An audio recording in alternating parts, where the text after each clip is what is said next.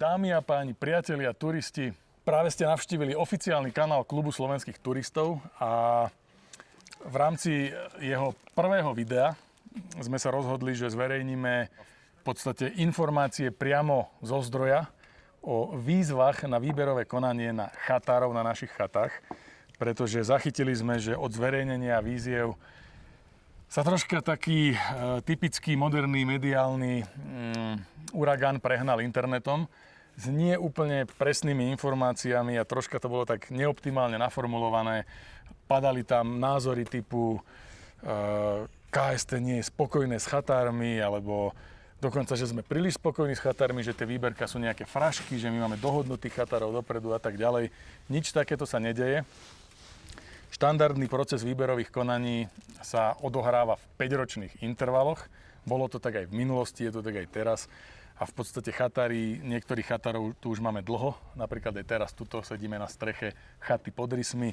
Konkrétne tuto Viktor Beránek je už takmer 50 rokov. Nie preto, lebo by to bola nejaká dohoda dlhodobá, nemenná.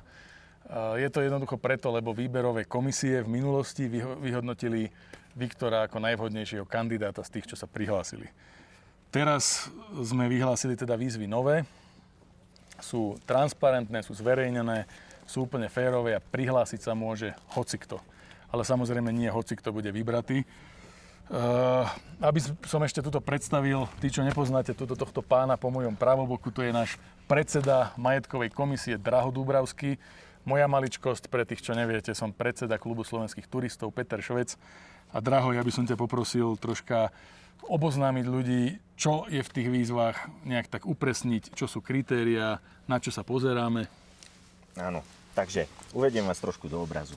Stále sa snažíme byť ľudskí a stále sa snažíme nájsť toho najlepšieho z najlepších a tú najlepšiu cestu, ako by to bolo možné. Papier je papier, máme tam napísané body napríklad, ako je napríklad výška nájmu. Výška nájmu by som to nazval takto. Ona je nami stanovená. Minimálna výška nájmu. Áno, tak minimálna výška nájmu. My prakticky sa nepozeráme na to. Máme iné kritériá, podľa ktorých chceme vyberať a fungovať stále, aby tie tatranské chaty boli tatranskými chatami. Takže pre nás sú dôležité aké má vízie chatár, ako chce ďalej pokračovať, aký má vízie na 5 rokov, čo by chcel zrobiť pre našu chatu, ako sa o ňu chce starať, ako na nej chce fungovať a kam nás posunie ďalej za tých 5 rokov. To je pre nás veľmi dôležitý parameter. Na to, čo budeme pozerať, samozrejme. V zásade, samozrejme, sú tam tie 3 hlavné kritéria, ktoré hodnotíme. To sú to, čo Draho spomínal, tie vízie a hlavne schopnosť s tým chatárom spolupracovať ako majitelia. Pretože výzvy sú vyhlásené na 4 chaty. To sú 4 chaty, ktoré máme v spoluvlastníctve so slovenským horoleznickým spolkom James. To je Tériho chata, Zbojnická chata, chata pri Zelenom plese a tuto, hľa, Tériho chata. Rísi. Opravím ťa. Áno. A tuto chata, hľa, Rísi, na ktorej sedíme, na ktorej streche sedíme. A v podstate ide nám o to, aby sme s tým chatárom tvorili tím, pretože chystáme sa, aj dnes sme absolvovali veľmi dôležité stretnutie ohľadom budúcnosti chaty, ohľadom výstavby čističiek odpadových vôd, ohľadom rekonštrukcie chaty a všetkých chát, ktoré riešime. Stretli sme sa s ľuďmi, ktorí o tom rozhodujú a ktorí sú naklonení rozumnej a racionálnej obnove a modernizácii a ekologizácii chát, pretože my nie sme finanční žraloci, my nie sme žiadna súkromná spoločnosť. Cieľ Klubu slovenských turistov, a myslím si, že síce tu nemáme nikoho z Jamesu, ale myslím si, že hovorím aj za nich, že je, aby horské chaty ostali horskými chatami. To je pre nás to najdôležitejšie kritérium pri výbere chatára, pretože musíme s ním byť jeden tím, musíme si rozumieť, musíme mať spoločné ciele a ten chatár sa musí stotožniť s tým, ktorým smerom sa bude chata uberať. A samozrejme rozhodne nie je nevítané, keď nám prinesie nejaké vlastné nápady. Čo sa týka toho argumentu, ktorý padal v médiách, lebo som to tak videl aj v komentároch, dokonca aj to bolo naznačené v jednom z článkov, ktorý som videl, že ako keby sme neboli spokojní s chatármi. To nie je pravda. Myslím si, že môžeme povedať, že doteraz sme s chatármi spokojní boli. Že naozaj spravili všetci chatári, ktorí momentálne sú na chatách, spravili obrovský kusisko roboty a patrí im obrovská vďaka. Ja by som aj tento priestor využil na to, aby som poďakoval každému jednému chatárovi za to, čo všetko spravil pre každú jednu chatu. Že sú tu naozaj ľudia, ktorí chatárčia srdcom. A to je vlastne náš cieľ pri vyberaní ďalších kandidátov, lebo tých horálov potenciálnych, ktorí sa chcú uchádzať o tieto veľmi atraktívne nehnuteľnosti pre každého turistu alebo horolezca, tak potrebujeme ich vybrať správne.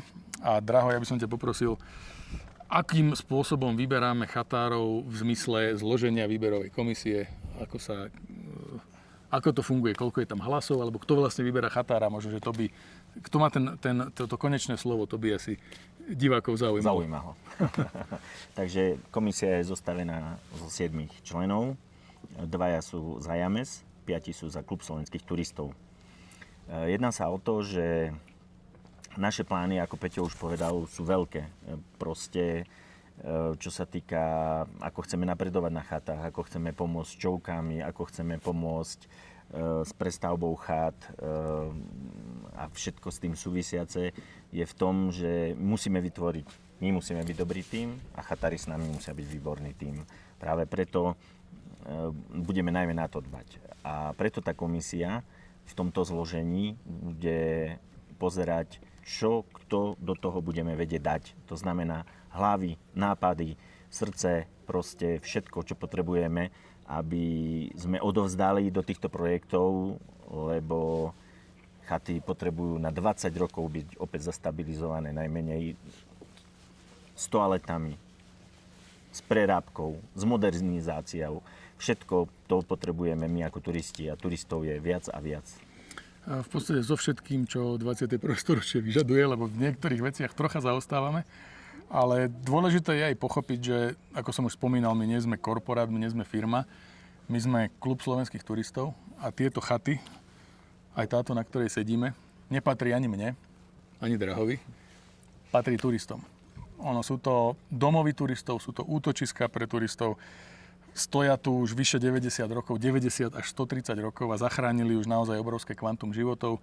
Pomohli 100 000 turistov skryť sa pred nepriazňou počasia, občerstviť sa, oddychnúť si, čo je veľmi dôležité. Preto tu tie chaty stoja, preto boli kedysi postavené a táto ich úloha by mala ostať nezmenená aj do budúcna, aj na ďalšie možno že storočie. Ale to už my ovplyvňovať nebudeme. Áno. My chceme len prispieť svojou troškou. Čo sa týka tej výberovej komisie, tak tam samotné výzvy sú platné do 31. júla, čiže do 31. júla môžu záujemcovia zaslať ponuky, respektíve zaslať do 29. júla do polnoci a osobne ich priniesť do 31. júla do 14. hodiny a fyzicky jednoducho na adresu, konkrétne naše ústredie na Záborského 33. A potom príde k vyhodnoteniu a výberová komisia hlasuje za kandidátov a v podstate vyberá sa kandidát väčšinou z tých 7 hlasov. Presne tak. Čo by sme ešte k tomu povedali?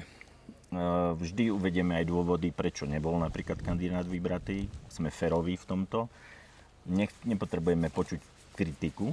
Poďte nás povzbudiť. Dajte nám nejaké nápady, kľudne nám píšte s nápadmi, aké máte vy.